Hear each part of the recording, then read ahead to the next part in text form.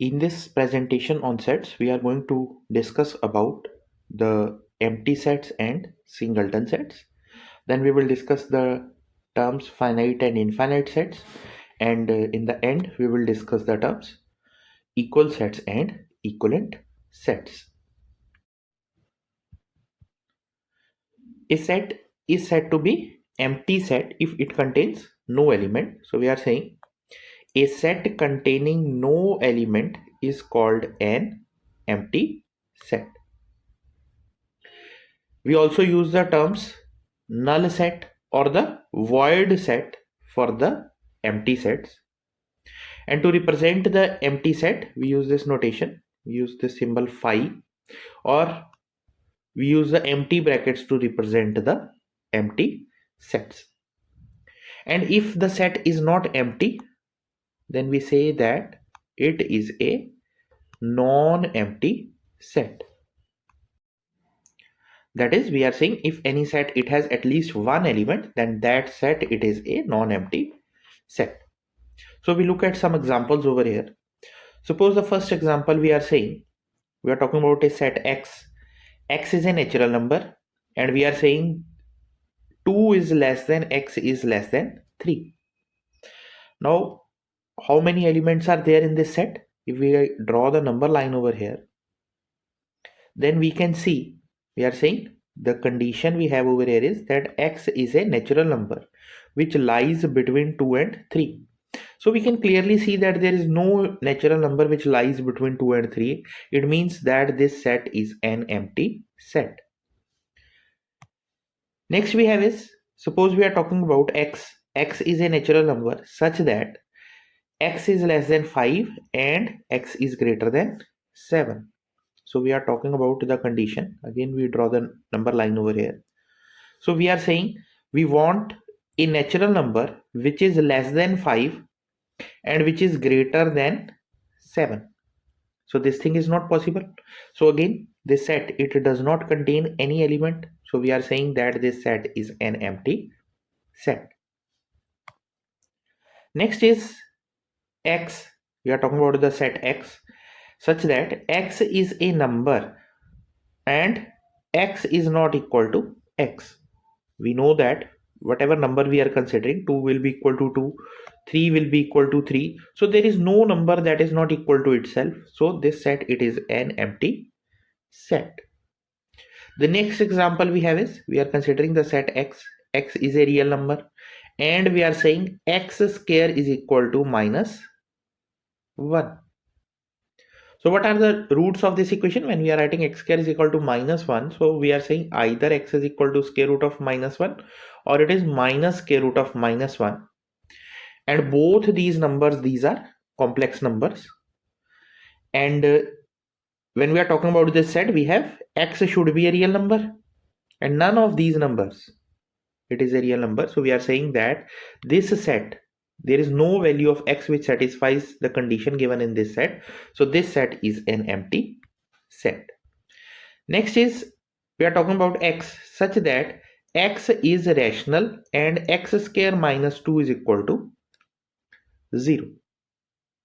Now if we solve this equation, we are saying the condition we have is that x is a rational number and it satisfies x square minus 2 is 0. So if we solve this equation, we obtain the values of x as square root of 2 and square root of this minus square root of 2.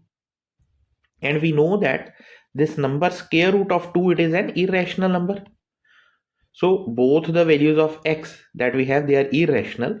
But when we are talking about this set, we are saying that we have the condition over here that x is a rational number. So this means that this set is an empty set. Next is, we are talking about x such that x is a point common between two parallel lines. So we are talking about, we have two parallel lines and we are saying x is a point which is common between these two parallel lines, and we know that there is no point common between the two parallel lines. So it means when we are talking about this collection x, there is no element x which satisfies this condition. So it is an empty set. The next term we have, it is singleton set. So a set which contains exactly one element is called a singleton set. So if we look at an example over here, if I'm talking about a set is there, it contains the single element 50. If I'm saying that there is a set which contains the single element 0. So these are examples of singleton set. If suppose I'm talking about x such that x is a natural number and we are saying x square is equal to 4. Now the possible roots of this equation, they are, when we are talking about the equation x square is equal to 4, the possible roots are, we are saying it is x minus 2 into x plus 2 is equal to 0. It means the possible roots of this equation, they are x is equal to minus 2 and x is equal to 2.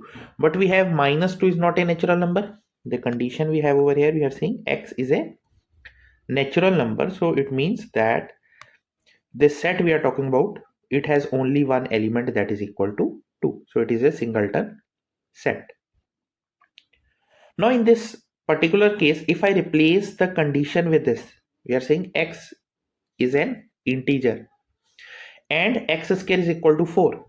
Then we will have, this set will have two elements, that is minus 2 and 2, and this set is not a singleton set. Next we have is finite and infinite sets.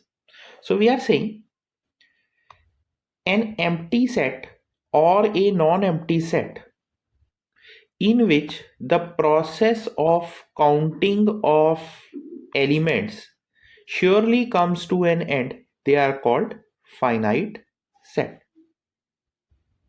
So if we look at an example over here, we are saying let a is equal to 2, 3, 2, 4, 6, 8, 10, 12. These are the elements in this set. So if we count the number of elements over here, we are saying this is the first element, second, third, fourth, fifth, and sixth element. So the process of counting comes to an end. It may take a longer time, or we are saying that there might be a very large number of elements in that set, but we can definitely say that the process of counting will come to an end. Then that set is a finite set. And in case we are saying a set which is not finite, it means the process of counting cannot come to an end. We will say that particular set, it is an infinite set. And the number of distinct elements in a finite set, it is denoted by n of a. So if we are talking about this set A, the number of elements in this set A, it is 6. If we are talking about the set B, that is equal to the set of all letters in English alphabet. We know that how many letters are there? There are 26 letters. So number of elements in B, it is 26. So this set, it is a finite set. If we are talking about C, it is x such that x belongs to z, x is an integer, and x square minus 36 is equal to 0. Then clearly this set has two elements, it is minus 6 and 6. So we are saying the number of elements in C, it is equal to 2. So these are some examples of finite sets. Now next we have is the set of all persons on earth. We are saying this is also a finite set. So why it is a finite set?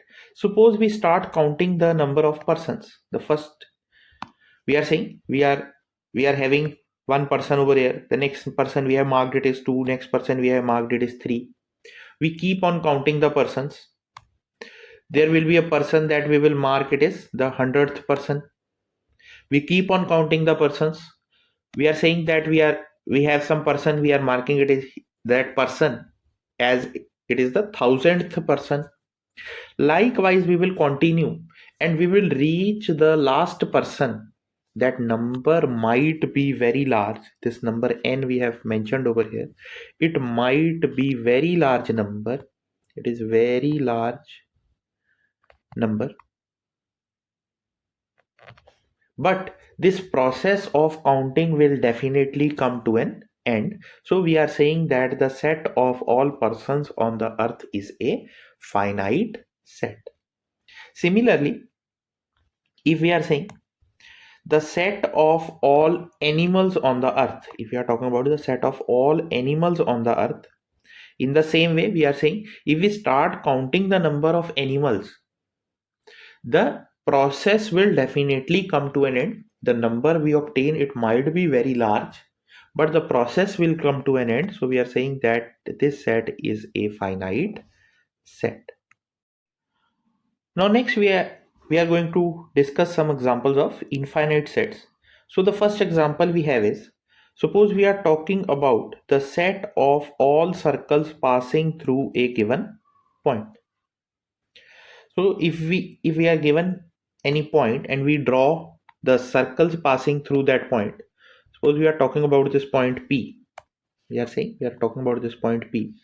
We have drawn this circle. This is first circle, second, then we have drawn this third circle, then we have drawn this fourth circle. Likewise, we can draw as many circles as we want. So if we try to count these circles, that how many circles we can draw, this counting process will never come to an end. So we are saying that there are infinitely many circles that we can draw through a point. The next example we have is the set of all positive integral multiples of 5. If we write the positive integral multiples of 5, they are 5, 10, 15, 20, 25, 30, and we can write infinitely many integral multiples of 5. So if we try to count this, we are saying this is the first multiple, this is the second multiple, this is the third multiple. We are saying that this counting process will never come to an end. So there are infinitely many elements in this set. Next is the set of all points on a line segment. So we are considering a line segment and we are talking about the set of points on this line segment. Now if we try to count these points, suppose I am talking about, I have considered any two points over here, one is this point and one is this point, then we can find a point in between these 2 points. In the next step, if I have considered this point and this point, then I can find another point in between these two. In the next step, if we are considering these 2 points, we can find another point between these two, and this process will never come to an end. So we are saying that there are infinitely many points on a line segment. Similarly, we are saying that if we consider the set of all points on the arc of a circle, we are talking about an arc of a circle, we can see that there are infinitely many points on the arc of this circle. So these are some examples of infinite sets. Now further we have each of the sets, the set of natural numbers, integers, rational numbers and real numbers. These all sets, these are infinite sets. And it is interesting to note over here that it is not always possible to describe an infinite set in the roster form. So for example, if we are talking about the set R of real numbers, then we cannot describe this set in the roster form because the elements of this set do not form any particular pattern. So what is the difference we are talking over here is, if suppose I am talking about the set of natural numbers, we can write it in the roster form. We are saying 1, 2, 3, 4, so on. If I am talking about the collection of whole numbers, we are saying it is 0, 1, 2, 3, 4 and so on. But if I am talking about the set of real numbers, we are saying if we consider any two real numbers, we can always find a real number between these two numbers. So it is not possible to write the set of real numbers in the roster form. So this thing is being mentioned over here, that it is not always possible to describe an infinite set in a roster form. Now next we have this question. It is, state whether the given set is finite or infinite. So first set that is given to us, it is the set of all triangles in a plane. So if we are talking about that a plane is given and we are talking about all triangles in this plane, so what we can see over here, we can draw a triangle over here, we can draw a triangle over here, we can draw a triangle over here. So like this we can draw as many triangles as we want. It means that this set of all triangles in a plane, it is an infinite set. Next is the set B, the set of all leaves on a tree. So suppose I am talking about a tree in this form. So if we have to count the number of leaves, we are saying this, suppose we have to count, we are saying this is 1, 2, 3, 4, 5, 6. Likewise, we will continue and we will obtain a number that how many leaves are there in this tree. Suppose we are considering another tree. We are talking about this tree. So again, in this case, we can count the number of leaves. It might be greater than the previous tree. Suppose we are considering another tree. Then we are going to count the number of leaves over here. We can count the number of leaves over here. Although the number of leaves in this tree, they are greater than the number of leaves in this tree. But we can count the number of leaves. It means that this set of all leaves on a tree, it is a finite set because the counting process will come to an end. So we are saying that this set, it is a finite set. Now next set we have, it is the set of all positive integers greater than 500.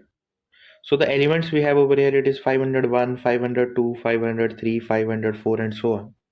So clearly the counting process of counting these numbers, it will never come to an end. So it is an infinite set.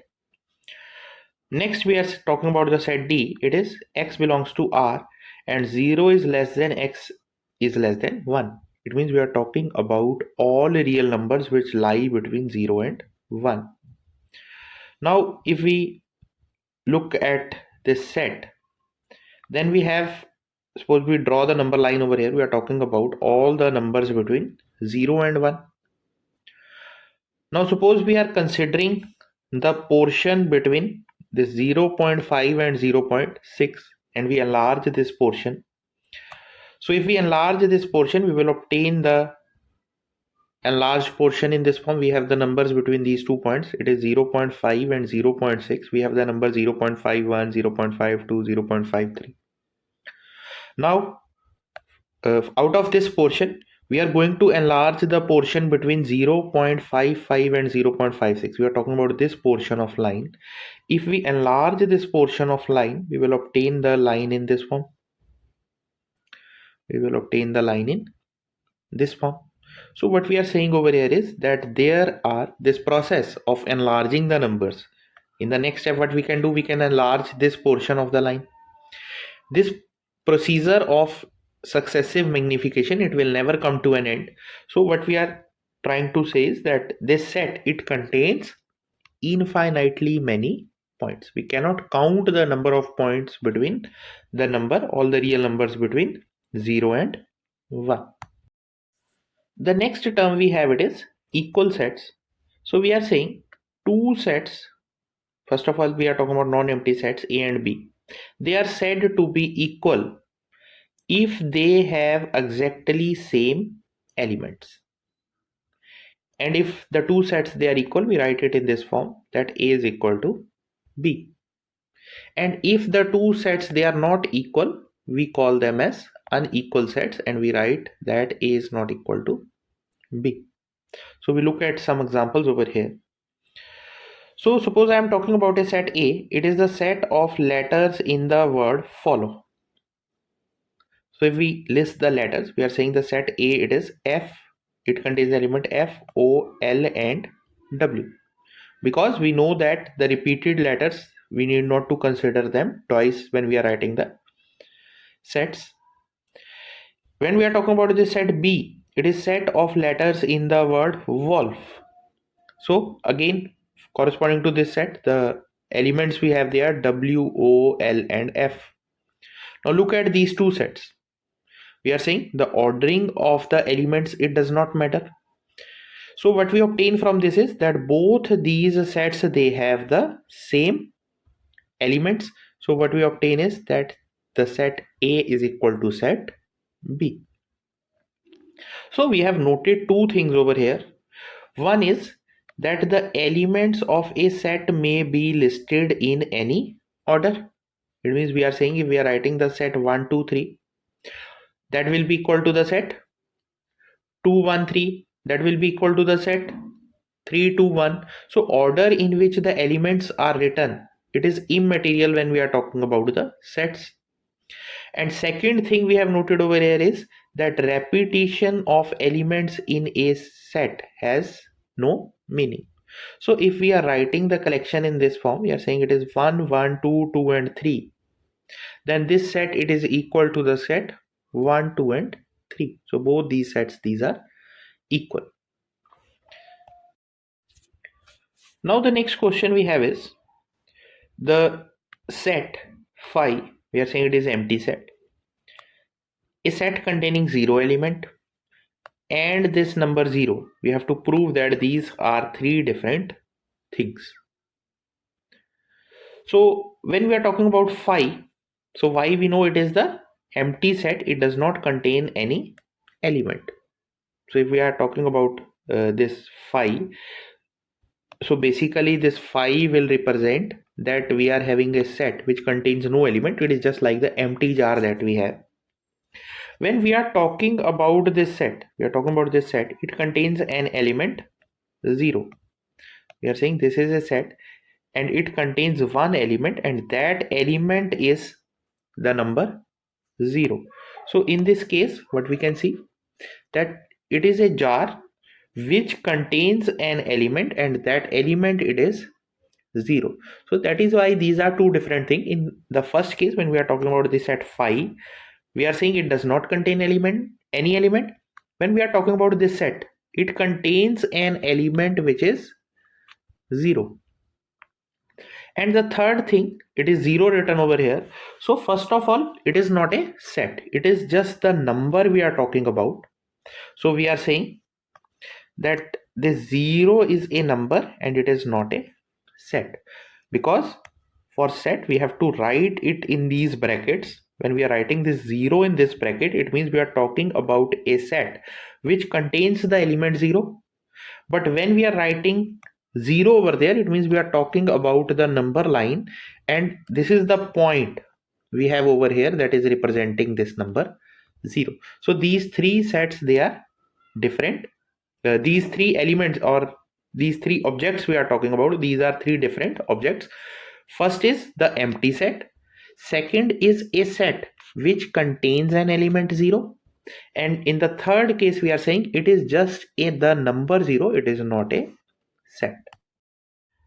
Now the next question we have is a is equal to, it is given that x such that x belongs to n, x is a natural number, x square minus 9 is 0, and second is b is x such that x belongs to z, x is an integer, and x square minus 9 is 0. So if we try to solve this equation, we are talking about x square minus 9 is 0. When we solve this, we obtain it is x plus 3 into x minus 3 is 0. So the possible roots of this equation, they are minus 3 and 3. Now when we are talking about this set A, we are saying it is x is a natural number and x square minus 9 is 0. And clearly we have this number minus 3 is not a natural number. It means the set A has only one element that is equal to 3. But when we are talking about the set B, it has two elements, that is minus 3 and 3, because both minus 3 and 3, they are integers, so they are included over here. So we can see from this, we are saying A has one element 3, whereas B has two elements minus 3 and 3. So we can say that the set A is not equal to set B. The next definition we have it is equivalent sets. So we are saying two finite sets A and B are said to be equivalent if number of elements in A is equal to number of elements in B. So consider the example over here. We are saying A is equal to the set 1, 3, 5 and B is equal to the set containing elements 2, 4, 6. So clearly these two sets, the element in A it is 1, in the element in B it is 2. So we are saying that A is not equal to B.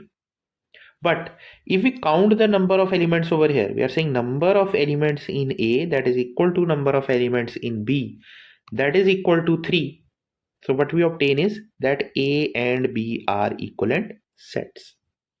So we are saying in this case A and B are equivalent, but they are not equal to each other. So what we can infer from this is that equal sets are always equivalent because they have the same elements. It means they have same number of elements also. But equivalent sets need not be equal. It means we have these two sets A and B which are equivalent, but they need not be equal sets. Next we have to prove is that the set containing the element 0 and the empty set 5, they are not equivalent sets. So if we are saying that A is equal to this set containing 0 element, so number of elements in A it is equal to 1. When we are talking about the set B, we are saying it is empty set. The number of elements in B it is 0. So what we obtain is that number of elements in A is not equal to number of elements in B, and that is why we are saying that these two sets, they are not equivalent sets.